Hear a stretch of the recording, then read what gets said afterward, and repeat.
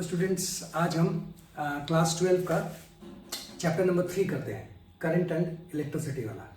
और उसमें what we are going to see is first part में मैं आपको थोड़ा सा 2-4 एग्जांपल्स बता देता हूँ, जो एग्जांपल्स थोड़ी सी और इलेबोरेट फॉर्म में मैं बता दूंगा, and then we go to the exercise part. Okay, सबसे पहले 2-4 एग्जांपल लेते हैं। Okay, now let's see this.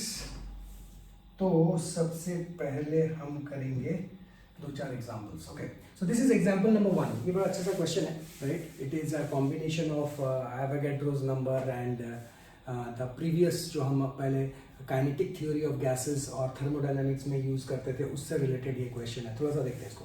Right, estimate the average drift velocity of a conduction electron in a copper wire of cross section area 1 into 10 to the power minus 7. So okay, so the first data I have over here is, एक minute, so the first data I have over is the cross section area, and that is equal to 1 into 10 to the power minus 7. Okay, very good. And unit check कर लेते हैं एक बार, metre का square है, बहुत अच्छी बात है। Carrying a current of, so the next data is also provided to you, carrying a current of 1.5. Very nice, carrying a current of 1.5. Assume that each copper atom contribute roughly one conduction atom. Very nice, ये तो है ही, ठीक है। The density of the copper, so the density of the copper is given to us as 9 into 10 to the power 3 kg per meter cube. So this is the density of the copper. And the atomic mass, so U में दे रखा है n, so atomic mass you can, U को आप directly unit लिख सकते हैं, right? And that is equal to 63.5 U, right? Atomic unit, that is, okay, Avogadro's number के साथ ये compare होती है। So estimate the average drift velocity. So in the first part they are asking for the drift velocity. Okay, very good. So what is the basic expression of drift velocity? Now Vd is equal to, now before going into Vd, one thing I want to tell you, and that is, suppose करो मैं आपको बोला कि सबसे पहले I आती है actually, if you derive the quantity, so the first quantity that comes out is I, and I is equal to N E A, with that you have got VD, right, and then the VD can be calculated, and that is I into N into E into A. So this is the basic expression of your VD. Okay, so VD का ये basic expression है। और अगर मैं इस VD का expression को देखूँ, तो हम यहाँ पे क्या पता है हमें, sir I know this 1.5 ampere current, I know electron charge E equal, right, it is electron 1.6 into 10 to the power minus 19 coulomb electron charge मुझे पता है। Area of cross section is directly given, so no issue. Now what about this N? तो थोड़ा सा recap करते हैं, ये N था क्या हमारे लिए, राइट? सो एन क्या था, right, just recall. So what was your N? So N, right, N was nothing but N की अगर मैं बात करूं, कुछ भी आए एन, हम इसको लिखते थे per metre cube. So that means anything volume में बात करेंगे, पर वॉल्यूम।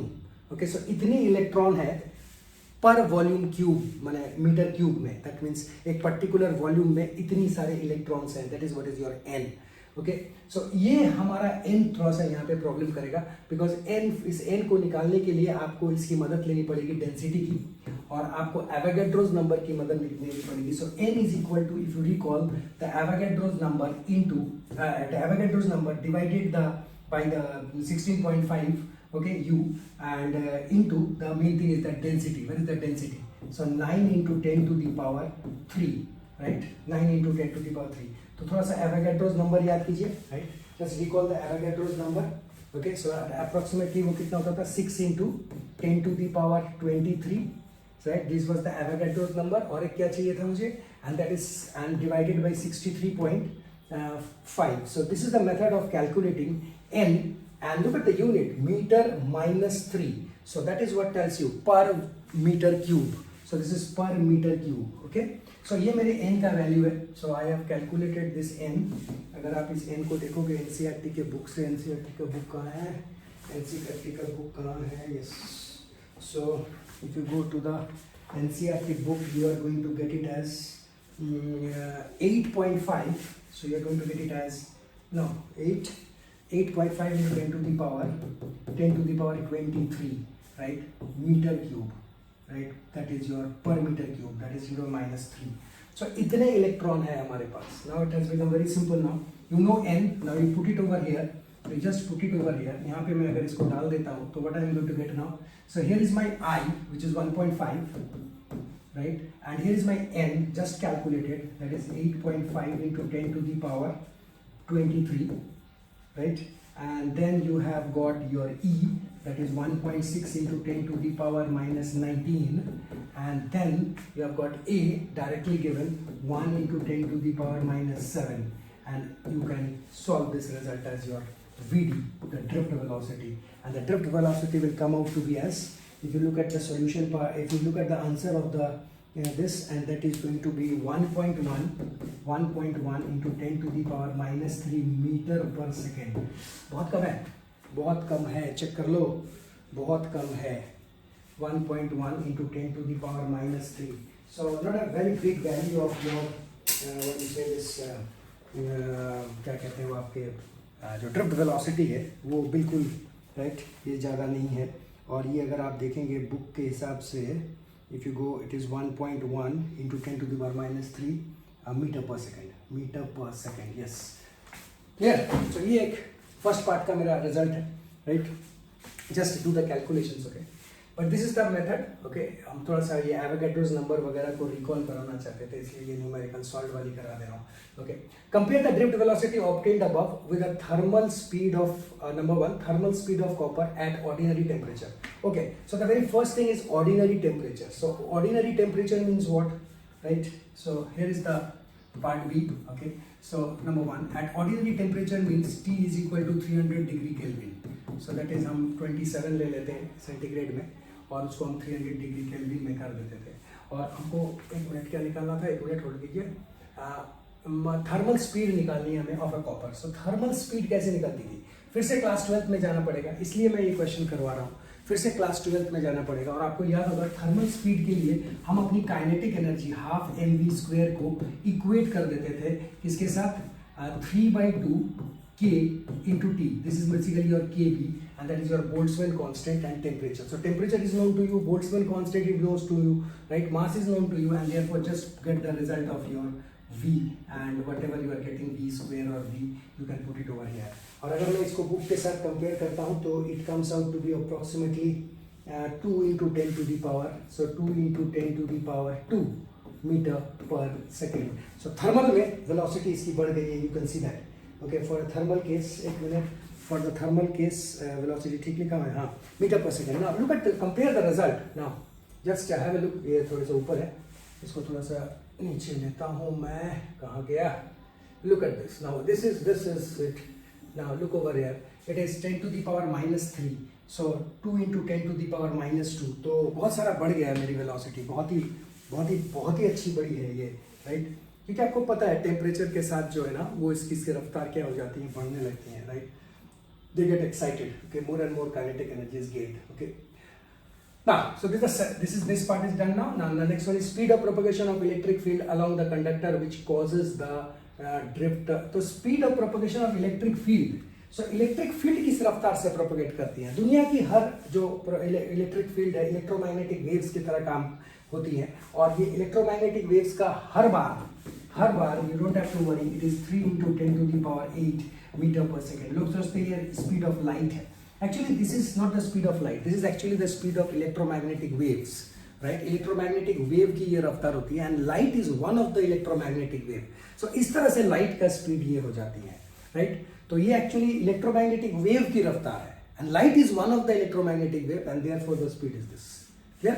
तो ये हमारा first question था, right? Just refer to it and you can see the result, right? 1 2 3 1 and 2, the speed of propagation of this electric field. Okay, now what about the next one? Next one क्या है? Okay, example 3.2. So example 3.2. In example 3.1, okay, related to the previous one which we did just now, the electron drift speed is estimated to be only a few mm per centimeter per second.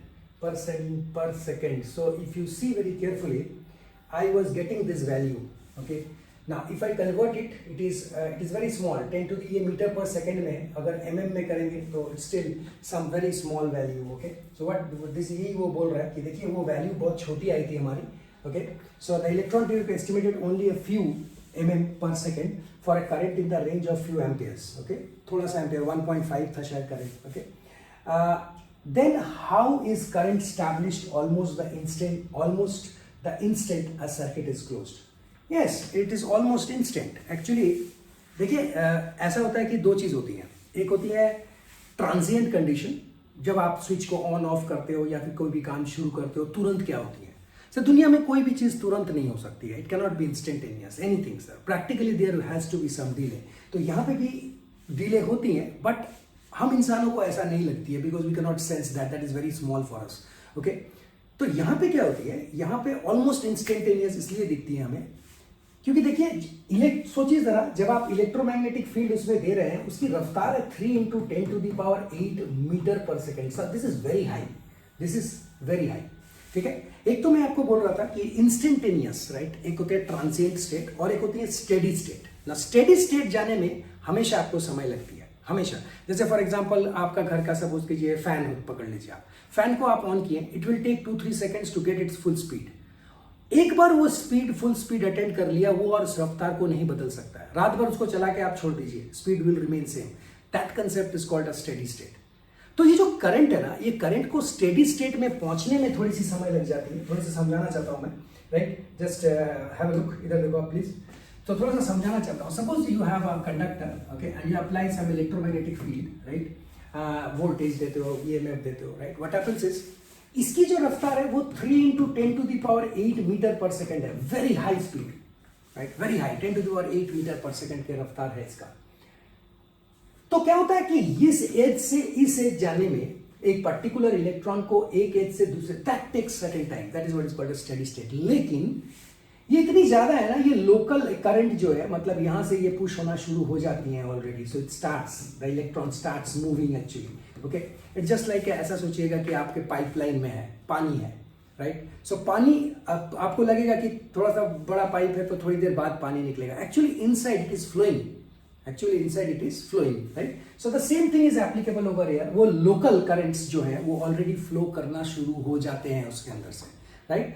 But एक and से, एक छोर से दूसरे छोर जाने में उसे समय लग जाती है थोड़ी सी, and that is what is called steady state. It do take some time to reach the steady state. But इतने सारे इलेक्ट्रॉन, इतने ज्यादा फील्ड, सर ऑलमोस्ट इंस्टेंटेनियस होती है, राइट. सो ये एक बहुत इंपॉर्टेंट बात है. नाउ नेक्स्ट पार्ट को कराने के पहले मैं और एक 2-4 चीज और यहाँ पर डिस्कस कर लेता हूँ कि देखिए ये इलेक्ट्रॉन क्यों मूव करती हैं. बिकॉज ये इलेक्ट्रॉन मूव करने के पीछे कारण है फील्ड और charge, right. Because you know force upon Q is nothing but E. Another way of saying E, electric field is nothing but F into. Now the interesting things come, अगर वो force है तो उसमें तो acceleration भी होनी चाहिए. A very important concept. अगर उसमें फोर्स है तो एक्सेलरेशन भी होनी चाहिए. तो फिर ये इलेक्ट्रॉन में एक बार एक्सेलरेशन जब आ जाती है, राइट, तो उसकी ओवरऑल रिजल्ट में क्या फर्क पड़ता है, राइट. एक इंटरेस्टिंग चीज अंदर में होती है, अगर आप ध्यान से देखेंगे तो थोड़ा सा देखिए आप. सपोज कीजिए एक इलेक्ट्रॉन को मैं कंसीडर कर रहा हूं. Let us consider an electron. Now it moves. Now once it moves, it gets acceleration बढ़ती जा रही है, बढ़ती जा रही है, बढ़ती जा रही है. इसकी रफ्तार बढ़ती जा रही है, ठीक उसी तरह से जैसे आपके पापा गाड़ी में बैठ के रेस दे रहे हैं, right, and the vehicle starts moving, right, more and more, but suddenly what happens, an electron comes in, right. तो जितना भी वो गेन किया था, right, electrons comes in, जितना भी वो एक्सेलरेशन को गेन किया था, कोलिजन की वजह से खत्म, बिल्कुल खत्म. फिर से दोबारा शुरू होती है, राइट, फिर से दोबारा शुरू होती है, फिर वो टकराती है, फिर से एक्सेलरेशन खत्म, है ना. सो इंटरेस्टिंग बात है ये, right. One every time it collides the acceleration become 0, right. So ये एक इंपॉर्टेंट चीज है और ये ऐसे zigzag पैटर्न में फ्लो करेगी और जरूरी नहीं है वो स्ट्रेट जाए. Sometimes after collision they might bounce back also, right. They might bounce back, they can move in this way then this way and so on. इस तरह से वो हमारा मूवमेंट होगी एक zigzag फैशन में, इस तरह से चलेगा. और इलेक्ट्रिक फील्ड हमेशा उल्टा होगी of the drift velocity, right. So remember this point also, okay. और इसके पीछे कारण क्या है, मेरे यूट्यूब चैनल में जाइए, वहाँ पे आपको डिटेल में मैं समझाया हूँ आपको, राइट. तो एक ये बात हो गई हमारे साथ कि इलेक्ट्रॉन की जो रफ्तार है वो उसके साथ वेलोसिटी का कैसे हम रिलेट करते हैं वेलोसिटी को, ओके. तो every time it collides the velocity becomes nil, right. तो उसके बाद again it reacquires velocity and overall result जो है वो हमारी आती है कुछ एवरेज निकाल के, not directly but through the average form, okay. Now so let us see कि ये अब इससे रिलेट करते हैं क्या क्या वो पूछ रहा है, राइट. सो इंस्टेंटेनियस करंट हमें फिर भी दिखती है क्योंकि बहुत सारे इलेक्ट्रॉन है और एक लोकल करंट जनरेट होने लगती है। स्टेडी स्टेट आने में जरूर थोड़ी सी समय लगती है, जरूर थोड़ी सी समय क्या होती है, लगती है। ओके ना, ठीक है। ऐसा ही सेकंड वाला क्वेश्चन करते हैं थोड़ा। अगर मैं सेकंड वाला क्वेश्चन के पढ़ूं, the electron drift arises due to the force experienced by the electron. तो जैसे मैंने बताया आपको, E is equal to Q into E, F is equal to Q into E, right. और F is always associated with mass into acceleration. तो इसका मतलब मेरा जो ये एक्सेलरेशन है, राइट, वो तो हर बार होगी, मैंने हर बार होनी है, राइट। तो इसी के बारे में वो बोल रहे हैं, the electric field inside the conductor but force should cause acceleration. बिल्कुल सर, एकदम होना चाहिए, right. Then why do the electrons acquire एस के टी average drift velocity? I told you the reason, right? So velocity plays a very important role, and every time there is a collision, there is a change in it. Okay, and as a result हमारी मजबूरी होती है average निकालना। V1 लीजिए, V2 लीजिए, V3 लीजिए, सबको जोड़िए divided by n। Okay, square के फॉर्म में भी कर सकते हैं आप। Okay, then again we have one more question. If the electron drift is so small, so VD, so the electron drift is so small, and the electron charge is also small, so charge is also small, right? How can we obtain a large amount of current in the conductor? ओहो, ये बड़ा interesting है। मतलब क्या हुआ कि आपकी तो रफ्तार कम है, अंदर में VD अभी हमने निकाला भी था, बहुत कम वैल्यू था, चार्ज भी स्मॉल है, लेकिन ये जो हमारा लार्ज अमाउंट ऑफ करंट फिर कैसे आ जाती है? सर कभी आपने सोचा है कि एक कंडक्टर के अंदर में कितने इलेक्ट्रॉन होगा? Sir 10 to the power 21, 27, 29, okay. तो इतने इलेक्ट्रॉन्स हैं, राइट, उनको फर्क नहीं पड़ता। अगर 2, 4, 5, 10, 15, 50 होता तो ये जेन्युइन क्वेश्चन था, लेकिन इलेक्ट्रॉन्स इतने ज्यादा हैं कि हम ज्यादा से ज्यादा करंट को बड़े आराम से ला सकते हैं, even if these two are small. Okay, so the contribution of electrons are very important. Okay, electron जितने ज्यादा होंगे वो हमारे लिए मायने रखता है। ये छोटा हो, बड़ा होता तो और अच्छी बात है, but by default you can't change that, right. लेकिन ये छोटा है, लेकिन कोई फर्क नहीं पड़ता है हमें, बिकॉज हमारी जो इलेक्ट्रॉन के क्वांटिटीज हैं वो बहुत ज्यादा है। Okay, when electron drift in the metal from lower to higher, because current flows from higher to lower, तो इलेक्ट्रॉन उसकी उल्टा दिशा में जाती है, इसलिए वो बोल रहे हैं lower to higher potential. Does it mean that all the free electrons in the metal are moving in the same direction? May be और मे नॉट बी। अभी मैंने फिगर में आपको दिखाया था, मे बी और may not be. Look at this white line. So maybe it can move in the same direction, or maybe it may bounce back. It all depends upon at what angle they collide and so on. Okay, so it may be or it may not be. Okay, then are the paths of the electron straight line between the successive collision in the absence of the field? So in the absence of the field they travel in a straight line, मस्त जाती है, बिल्कुल सीधी सीधी जाती है, कोई दिक्कत नहीं होता है। लेकिन फील्ड देने से उनके अंदर में एक्साइटेशन आती है, और उस एक्साइटेशन की वजह से वो अपने पाथ को मेंटेन नहीं कर पाती हैं, and they collide and collide and collide, and what we find that in the presence of the electric field, collision जो है वो बहुत ज्यादा बढ़ जाती है compare to your when you don't apply field. Okay, so ये दो बहुत इंपॉर्टेंट क्वेश्चन थे हमारे लिए, जरा इसको प्लीज देखिएगा। सॉल्व एग्जांपल है, लेकिन एक बार ये मेरा बात अच्छी तरह से सुन लीजिएगा, then you shift over there and you can see the statement of the NCERT book. Okay, right. तो ये एक बात है हमारा एनसीईआरटी का सॉल्व एग्जांपल के बारे में। ना एक और सॉल्व एग्जांपल मैं कराना चाहता हूँ, and that is this thing. ये मैंने अपने लाइव सेशंस में भी नहीं बताया था आपको, थोड़ा सा ध्यान दीजिएगा। Battery of 10 volt and a negligible internal resistance, पढ़ा। A battery of 10 volt and a negligible internal resistance is connected across the diagonally on the diagonally opposite corners of the cubical network consisting of 12 resistances, each of resistance 1 ohm. Okay, so 1 ohm you have got. Determine the equivalent resistance of the network and the current through each of the cubicle. Okay sir, so this is the figure. Now look at this figure. इस figure में ना NCERT book ने क्या किया, सबका current warrant दे दिया है, मैंने सब मिटा दिया करंट को, so that I can explain it to you, right. दे एक्चुअली क्या होना चाहिए था कि एक ओरिजिनल फिगर होनी चाहिए थी और एक होनी चाहिए थी जिसमें आपने सॉल्व किया उस चीज को। तो ये है ओरिजिनल फिगर, राइट। ये ओरिजिनल फिगर में भी मेरा एक चीज छूट गया, 3A एंड 3A। ये 3A भी नहीं देना चाहिए था, राइट। ये 3A और ये वाली 3A जो है, ये दोनों भी नहीं देनी चाहिए थी, ताकि मैं आपको और स्टार्ट इसका बता सकता, राइट। बट नहीं हम late us see this now, right. ये थोड़ा सा देखते हैं कि कैसे कैसे ये चीज हो रहा है हमारे पास। Okay, now have a look. Okay, now listen to this. Now this is all 1 ohms, so this is the big advantage. तो जब 1 ओम रहती है तो एक प्रॉपर्टी काम आएगी, इस चीज को हम बोलते हैं दिस नेटवर्क इज सिमेट्रिकल। जितना ऊपर उतना ही नीचे, जितना राइट हैंड साइड रेजिस्टेंस उतना ही left hand side, top bottom सब एक जैसा है। Okay, if you diagonally see this, ऊपर वाला साइड और नीचे वाले साइड के इक्विवेलेंट क्या होगी, सेम होगी। और इस कंसेप्ट को यूज करते हुए जहां पे भी नोड्स आएंगे, नोड्स पे करंट डिस्ट्रीब्यूट होती हैं, तो जहां पे भी करंट जाके नोड्स में आएंगे और वहां पे जाने के बाद करंट जो है इक्वली डिवाइड होंगी जितने भी टर्मिनल्स रहेंगे। अगर 3 टर्मिनल रहेंगे तो अगर आई आ रही है तो I/3, और अगर 2 टर्मिनल में डिवाइड हुआ है तो कितना, I/2। तो इस चीज को दिखाना चाहता हूं। जैसे मैं यहां से शुरू किया, suppose I am taking it as 3I1, look over here, I am taking it as 3I1। सो अगर मैं इसको 3I1 लूं तो it is very clear, in this particular point 3 currents are moving out and they will move out equally because the network is symmetrical, as a result एक तरफ ये जो 3I, जान के 3I लिया है बुक ने में, क्योंकि वो उसे पता है कि ये I 3 हिस्से में मैं तोड़ूंगा, this is I and this is I, so this has to be what, nothing but 3I, तो इसलिए उसने उसको 3I लिया है। Okay, good. Now then what happens, now this I comes to node A, this comes to D and this comes to your B. Let's see अब क्या होता है, right? Let us see कि अब क्या हो रही है। तो जैसे ही ये करंट, सपोज कीजिए A की बात कर रहे हैं हम, यहाँ से I आई है मेरे पास, और यहाँ पे 2 ब्रांच है, 2 तार है सिंपली, सो 2 तार में टूटी है, सिमेट्रिकल फिगर है, so this has to be your I/2 and this has to be your I/2। Look at this, अच्छी तरह से देख लो, राइट, फिगर बना लो, उसके बाद थोड़ा सा वीडियो को पॉज करो, पॉज करके बिल्कुल अच्छी तरह से इसको बना के रखो आप पहले, right, draw the figure, right, और बिल्कुल ऐसे I/2 में तोड़ो, राइट, फिगर बनाओ प्लीज, I/2 में तोड़ो,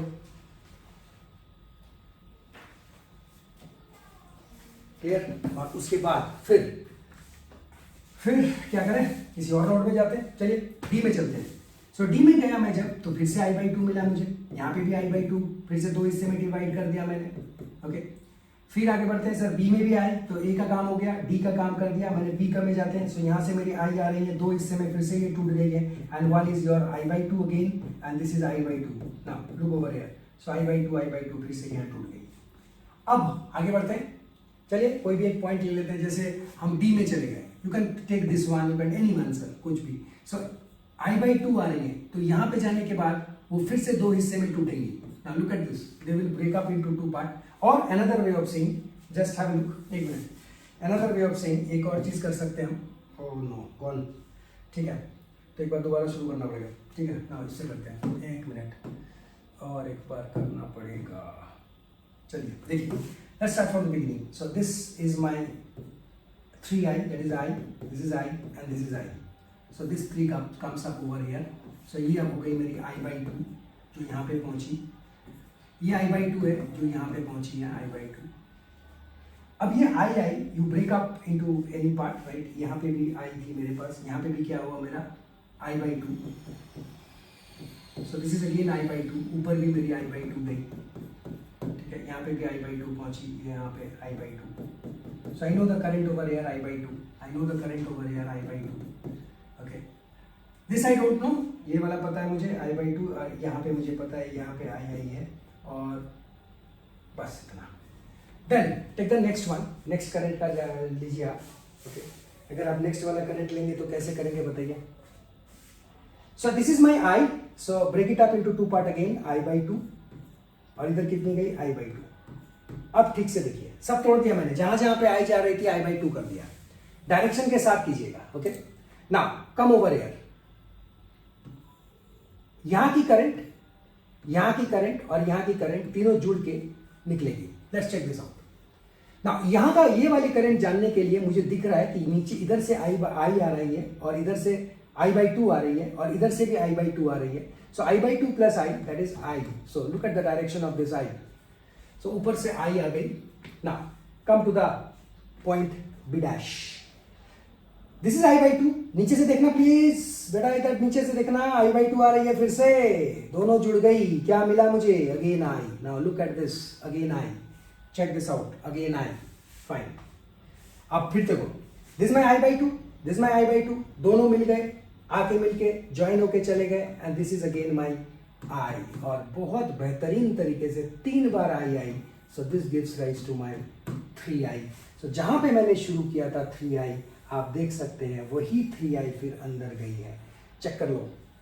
और कभी भी अगर ये वाली कंसेप्ट लास्ट में जो सेम करंट आती है, ये वाली कंसेप्ट मैच नहीं करता है, तो प्लीज़ इसको थोड़ा सा ध्यान रखिएगा, ये वाला मैच करना बहुत बहुत ज़रूरी है, राइट।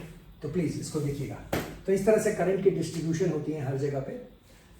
ऑलराइट, अभी पूछा क्या था, जरा एक बार वो देख लेते हैं। Determine the equivalent resistance of the network and the current along the edges, each edge of the cube. So current along the each edge, we have seen that, okay. And equivalent resistance निकालनी है मुझे।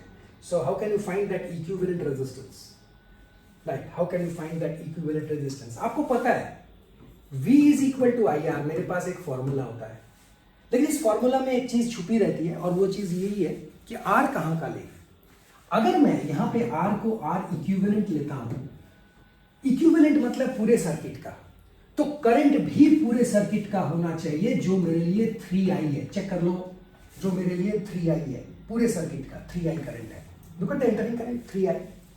तो पूरे circuit का voltage होना चाहिए, यहां का, यहां का, यहां का, ऐसा नहीं सर, पूरे सर्किट का वोल्टेज जो आपको दिख रहा है यहां 10 है, जो आपको दिख रहा है यहां पे 10 है। Have a look here, okay. और you can put only V over here, right, ताकि आसान हो जाए हमारा। 3i into R equivalent. Now check कर लो, फिगर देखो अच्छी तरह से, बिल्कुल। सो वहीं का वोल्टेज निकालते हैं, वहीं का करंट और वहीं का रेजिस्टेंस करते हैं, क्लियर। और इस तरह से हम पूरे सर्किट का हमको निकालना है हमें, okay? बहुत अच्छी बात है, निकाल लेंगे, फाइन, ओके।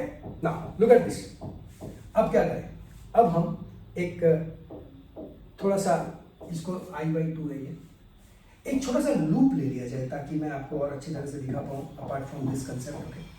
नाउ देखिएगा, अब मैं अगर इस तरह से ऐसे घूमता हूँ ऊपर होता हुआ, so let us consider a loop.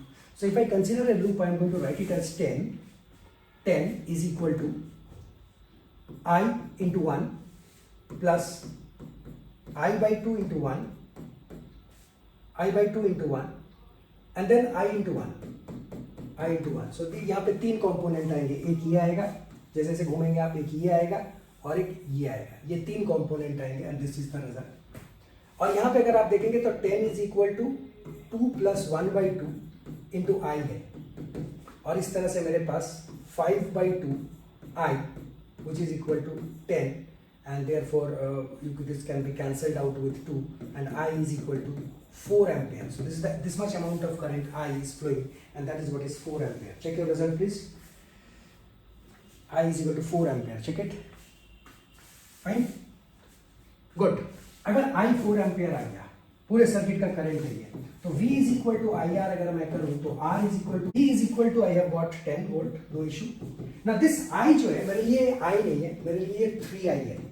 So you can see that current that is 3i, so 3i is entering and R equivalent, so this is my R equivalent, okay.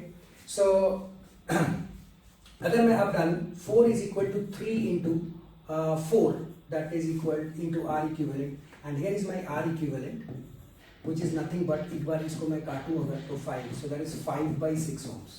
ना पिछले वाला भी ठीक था, लेकिन पिछले वाले में अगर आप I निकालोगे, so I निकालने के बाद that I is equal to 3 into I करनी पड़ेगी, तब जाके वो आंसर आएगा। बट दिस इज गुड, ये ऐसे करिएगा, ठीक है। सो ये मेरा एक इक्विवेलेंट रेजिस्टेंस वाली एक कहानी थी, राइट, कि कैसे निकालते हैं ये फिगर। एनसीईआरटी सॉल्व में थोड़ा सा ध्यान दीजिएगा इस तरह का फिगर को, पर आपके बोर्ड लेवल्स में हमेशा ऐसा ही फिगर आएंगी, right, symmetrical, the figures will always be symmetrical, okay. So please थोड़ा सा पॉज द वीडियो, राइट, थोड़ा सा करके थोड़ा सा सब कुछ लिख के रखिएगा, fine. Let's see the next one. ना यहाँ पे और एक चीज, ये वाला क्वेश्चन है, सॉल्व एग्जांपल है। यहाँ पे ना एक जो अच्छी बात नहीं है, वैसे अच्छी बात बोलना नहीं चाहिए, एनसीईआरटी है, करंट उसे देनी नहीं चाहिए, right. So determine the current in each branch of the network. So he is saying each branch, so why he has given this current, we should, there has to be one separate figure जहां पे आपको current दिया रहेगा। Then the explanation should have been there. This current should have been there. Because अगर मैं current ले लेता हूँ तो मैं समझा नहीं पाऊंगा आपसे. अगर मुझसे कोई पूछता है सर आपने ये I3 यहाँ पे क्यों लिया, सर I3 इधर क्यों नहीं लिया, I2 इधर क्यों नहीं लिया, ये इधर क्यों नहीं लिया, ये ऑलरेडी दे चुके हैं आपको, तो फिर क्यों दे चुके हैं, that's the big thing. Why? अगर वो बोलता है determine the current I1, I2 and I3, तब मैं मान सकता था कि हाँ भाई I1, I2, I3 दे रखा है. उसमें भी एक प्रॉब्लम है. अगर I1, I2, I3 मार्क कर रहे हो आप, suppose this is my I3, right, this is my where is I1, this is my I2 and this is my I1. So why he is saying that, ये क्यों लिख के दे रहा है वो, right, this shouldn't have been there, right. तब मैं समझाऊं कैसे चीजों को. Okay, but now let us see this. If this is my I1 and this is my I2, so this is I1 which is entering to this node और I2 निकल गई, तो सीधी सी बात है ये इतनी बच गई. कितनी बच गई? So something is coming and that is what is my I1 is coming, और वो निकल गई कितनी I2. तो सीधी सी बात है इतना था, इतना निकल गया, तो मेरे पास कितना बचा? I1 minus I2. Have clear? देख सकते हैं. ओके, तो ये मैं समझा रहा था आपको, I1 माइनस I2. अच्छा, ऐसे ही बिल्कुल सपोज मेरे पास ये I2 आ रही है, नोड बी को देखिए, और इधर से I3 बोल दिया है, तो कितना बच गया मेरे पास? Now come over here. So this is my I2 which is coming, this is my I3 which is coming, and कितना बच गया मेरे पास? And that is I3 minus I2. Look at this, I3 minus I2 बच गई मेरे पास, and that comes down, and that comes down. और यही चीज यहाँ पे लिखा हुआ है. नो, माइनस क्यों, प्लस करेंगे ना, because both of them gets added. I2 भी आ रहा है और I3 भी आ रही है, दोनों मिलके एक साथ भाई भाई बन के चला गया सर, I2 प्लस I3. सो इस तरह से ये सारे करेंट्स लिख लिया है, right. And then what he has done is he has taken the simple loops, right? So loop 1, loop 2 and loop 3. So simple. कोई भी डायरेक्शन में आप ले सकते हो, and you know the method of writing down the loops, right? So उसमें भी कोई दिक्कत नहीं होगी आपको. वैसे ये सेम न्यूमेरिकल मैंने अपने क्लास में भी कराया, but I have not taken I1, I2 as it is जहाँ पे ये दिया हुआ है, ठीक है? Okay, got it. So ये हमारी 2-4 सॉल्व एग्जाम्पल थी जो जेन्युइनली अच्छी थी NCERT बुक का. अब हम एक्सरसाइज वाला पार्ट करेंगे, राइट, नेक्स्ट पार्ट में.